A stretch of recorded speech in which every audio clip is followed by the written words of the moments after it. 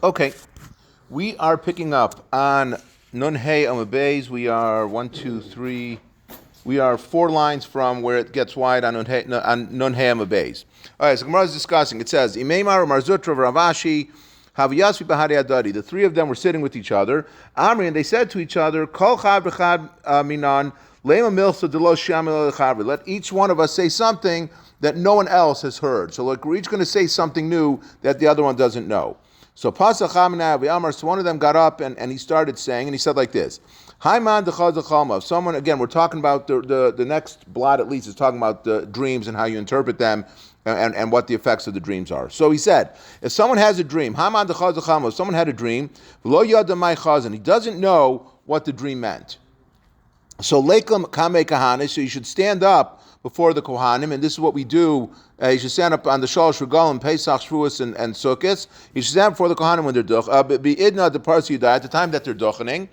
And V'leima Hachin, this is what he should say. And now the tefillah that we're going to say now is basically the tefillah that we say that we say nowadays when we're duchening, which is a little bit of slight difference. Ribbono shel olam, Hashem. Ani shalach v'chal mosai shalach. I am yours, and my dreams are yours. Chalom chalanti v'eni yodei mahu. I had a dream, and I don't know what it is. It's like Martin Luther King. So ben shechalanti ani la'atzmi, whether I had a dream about myself, uben shechama li chaver, or whether my friends had a dream about me, uben shechalanti alachem, or whether I had a dream about someone else.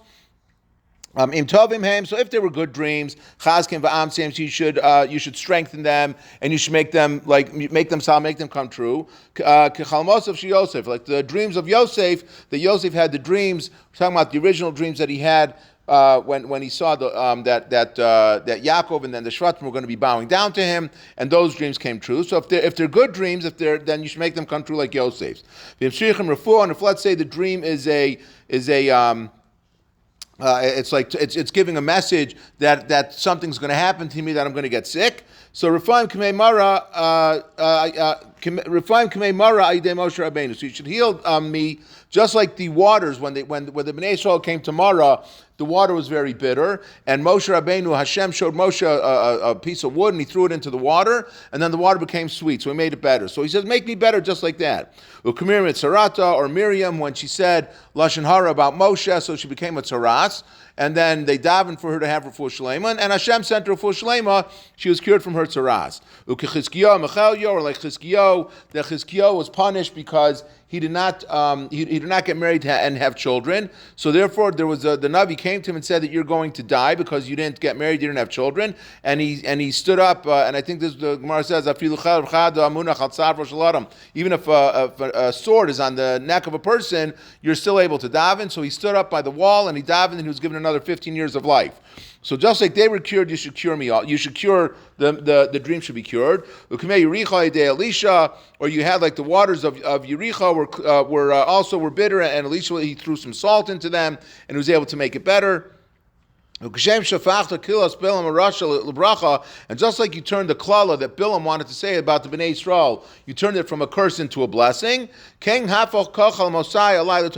So too you shall turn all of my dreams. If they're bad dreams, you should turn them around so that they're going to end up being good dreams. And then you finish saying this tefillah at the same time, for example, that the Kohanim are saying, they go, Berachos Hashem Yishmerach, and then at the time that they're singing, so you finish saying this tefillah, and you should finish saying the tefillah at the time that they're saying Yishmerecha, and then the Ani Tzibur Amen, the whole Tzibur is then going to answer Amen at the end, and it's going to be like you're making a tefillah, and everyone's answering Amen to it. Below, and if you're not able to finish the tefillah on time, so that the people are going to be able to answer Amen, what should you do? You should say this, which we also say at the end of Duchening. Adir b'maram shochem gevura. Hashem, you're very powerful, you're very mighty. Ata shalom, shimcha shalom. You are shalom, and your name is shalom. Yiratzim v'necha shatasim aleinu shalom. You should give us shalom. You're going to give us peace. And by doing that, that's how, if you have a dream, then that's what you're supposed to do. And again, when I was a kid, I don't think any of us ever said this. And then once the Art Scroll Sidurim came out, then we all say it. That's what we say.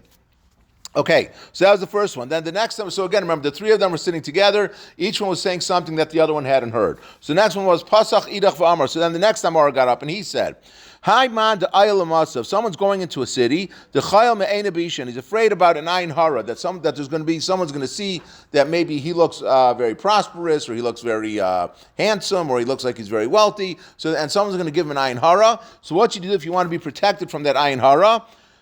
Okay, so again, I mean, this is what the Gemara says. Linkot zekafa diyada dimine should take the thumb of his right hand and put it biyada dismale, put it in the left hand, and biyada dimine, and then he should take uzkat diyada dismale. He should take the left hand, you should take the thumb of the left hand and put it into the right hand. V'lei mahachin is what you should say. Anah plani bar plani I, whatever your name is, mizara di Yosef kaisna. I come from Yosef. And we know, Delo Shalta Be Ein Abisha, that Yosef, we say that there's no Ayin Hara that's able to rule over Yosef. How do we know that? Because it says in the Pasuk, Shenemar, Ben Paras Yosef, Ben Paras Ali Ayin, and we change the wording. Instead of Ali Ayin, we say, Atzirki Ali Ayin Ela Ole Ayin, that he rises above the Ayin, meaning that Ayin Hara is not able to fall on Yosef. So the person says that I am from the descendants of Yosef, and therefore Ayin Hara can't fall on me. So you might be asking me, that's great. Yosef's only one of the Shvatim. He's not all the Shvatim. And so really, how does that apply? So I think the Mefarshim say that even if you're not a direct descendant of Yosef, it's in the family, meaning that it's in the bloodline that Ayin Hara does not fall on any of the Shvatim, and therefore that's the pasuk that a person can rely on. That's what you should do, and that way you'll be protected from Ayin Hara. Rabbi Yossi Reb Chanina Amar Mehacha, he says there's another pasuk that teaches you that Ayin Hara does not fall on Yosef. It says V'yidgul arov b'karav haaretz, that there'll be that the children of Yosef will multiply a lot like fish. Ma dagim shabiyam ma'im chasim aleim ve'einayin ra shalat. Just like the fish of the sea, the water covers them, so therefore Ayin Hara can't fall on them because people don't see the fish in the sea, so they're not able to wish anything bad upon them. Afzar shel Yosef einayin ra shalat. Just so to the children of Yosef, Ayin Hara does not fall on them. So again, you say that pasuk, and that will be a protection for you for Ayin Hara. But let's say you're afraid, not that someone else is going to say something bad about you, but you're going to say something bad about someone else, and you're going to give someone else an Ayin Hara, and you want to stop that from happening. What are you supposed to do? Lechsi atarfa denichre desmale. You're supposed to point to the wall of your left nostril. I don't know what that means. But perhaps if someone's pointing to the nose of his to the wall of his left nostril, he's too busy to be thinking about like, wow, that other guy looks like he's very rich. So I'm not sure. I mean, I didn't see anything in the Mefarshim to talk about it. So. But anyway, that's what you're supposed to do if you come to the city, to protect you from an Ayin Hara or to stop you from having an Ayin Hara on someone else. Okay.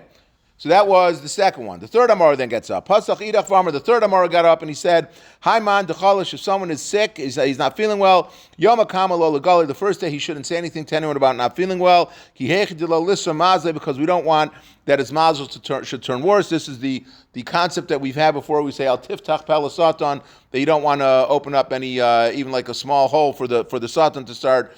People start talking about someone being sick, then the Satan kind of jumps in there and he's going to make things worse. So the first day that someone's sick, don't say anything. But then from after that, then if he's still sick even after that, then it's something that you should let other people know so that they could daven for you.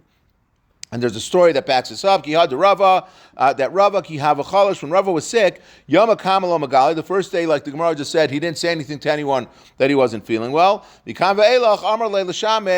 then afterwards, he would say to his shamish, Puk achriz Rava chalish, go out and tell people that Rava's gotten sick. So Madaracham li, someone who likes me, li bayel rachmi. So he's going to daven because he wants me to have refuah shlema. He's going to have mercy on me. And Uman Desanili, and someone who hates me, Lechtili, let him be happy that I'm sick. Why? Because there's a pasuk. See if it says in the pasuk, "Ben falei vechal tismach." When your enemies are falling, you're not supposed to be happy. Uvekishlo al yaga libecha, and when he's falling, you yourself are not supposed to be happy. Pen yira Hashem v'rabeinu, because maybe Hashem's going to see that you're happy that your enemies are falling, and what's going to happen? V'heishem me'elavapo, and he's going to remove his anger from the person that's falling. So Rava said either way, if it's a friend of mine that hears about me, he's going to daven for me because he's a friend and he wants me to have refuah shalema. And if it's someone that's an enemy of mine, so when he's happy that I'm sick, Hashem's going to say, oh, it's horrible that this person is happy that Rava's sick, and he's going to take away the illness from Rava. Okay, so continuing on with the themes of dreams. Shmuel ki havichazil chama bisha. When Shmuel, when he would have a bad dream, Amar, he would say, he would quote the pasuk that says, "V'chalamosav hashavi daberu," that dreams are lies. That basically you can't put any faith into the dreams that you see.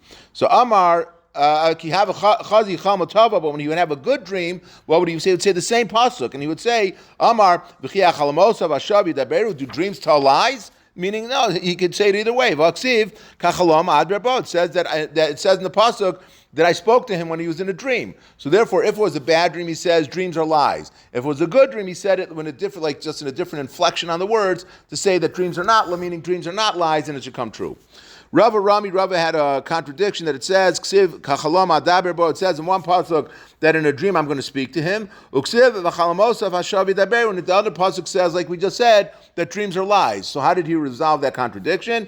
Lokasha kana de malach. When we say that dreams are something factual, that dreams are real, that Hashem speaks to us, that's talking about if it comes through a malach. If a malach is saying it, then it's something that you can rely on, that there's some validity to the dream. And kana de shade, but the other one which says that the dreams are full of lies are talking about if you had a shade, you had a demon that was the one that was saying the dream, then you're not going to be able to rely on it. Amar Rav Bizna bar Zavda, Amar Rav Akiva, Amar Rav Panda, Amar Rav Nachum, Amar Rav Beirayim, and Mishum Zakan Echad. They said the name of one old man, and who was it?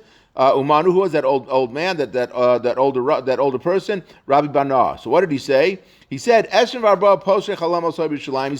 that there were 24, remember we said a few days ago, we said that dreams always go after their interpretation, okay? That if you have a dream that's not interpreted, it's like a letter that you received that wasn't read. So a dream always goes after what the interpretation is, and in fact, we may or may not get tonight, the next blot there's 22 stories that we're going to be going through, the difference between Abai and Rava, who went to a dream interpreter, and how he interpreted it different. The same dream, he interpreted it different for each one, and how it fell out, for different reasons, it fell out different ways. So this Rabbanoi said that there were 24 people who were able to interpret dreams who lived in Yerushalayim. And one time I had a dream. And I went to each one of them to ask them what the dream meant. And what one of them interpreted the dream to mean, the other one had a different interpretation. And what happened? Every one of the interpretations that they gave they all ended up coming true. That all of the dreams go after the way that they're interpreted. So in other words, he had this dream and he told different nuances of the dream to the different interpreters. Each one of them interpreted it differently, and every part of what they interpreted ended up coming true. So Gemara says, what does it mean? He said that it's like the pasuk says that all dreams go after the interpretation. Where do you see a pasuk that says that dreams go after the interpretation? So Gemara says, we do have it. It is in the Torah. Like Rabbi Lazar says, Rabbi Lazar, how do we know that every dreams go after the interpretation? That when Paro had his dream, so he had the Sarah Ophim, the Sarah Mashkim, who had been thrown in jail with Yosef, and the Sarah Ophim comes back and he says to, the Sarah Mashkim comes back and he says to Yosef that when we were in jail, we had this Jewish boy was there, and we had dreams, and he was able to interpret it for us. So you see that so you see from the fact that he says that as he interpreted it, that's what happened. That's how we see from the Torah that dreams follow the interpretation. Amar Rav, and Rav says, that the only time we say that the dream follows what the interpreter says is if the interpretation approximates somewhat what the dreamer said. Shenamar ish chalamo pasu, that he interpreted the dream according to what each one's dream was. Meaning there has to be some semblance of what the dream is in the interpretation. Otherwise, one has nothing to do with the other. For example, where one had the dream that there was a basket on his head and the birds were picking at it. So he said that means that you're going to be hung and that the birds are going to pick at you. So there's a connection between the dream and the interpretation. But if you say that you see that you were hanging, that there was a basket on your head, and he says that means you're going to catch a touchdown this Sunday. That's not, like, one has nothing to do with the other. They're not connected at all. So there has to be some basis for the interpretation has to be found in the dream. Okay, so now the Gemara just goes a little bit into this story about Yosef and the Sarah Ophim. But Yar Sarah Ophim says that the Sarah Ophim saw that what Yosef had interpreted for the Sarah Mashkim, he saw that it was a good interpretation. So Mano Yada, how did he know that this was a good interpretation that he gave him? So Amar Rabbi Lazar Hero Chalomo Upishon Chalomo Shel Chavero, that each one not only had a dream that night, but they also dreamt the interpretation of what the other one's dream was. So that each one had really two dreams because they had to know what the interpretation. They had to know what the second dream was with the interpretation. And when the Sarah Ophim saw that Yosef had interpreted the Sarah Hamashkim's dream well, so he says, "Okay, let me tell him my dream also because I see that he's able to interpret dreams properly." Rabbi Yochanan, Hishkim, if someone is sleeping, if someone wakes up in the morning, and as soon as he wakes up in the morning, he has like a pasuk that he's saying right away, something he's saying that, that is considered to be as if you had a minor prophecy going on.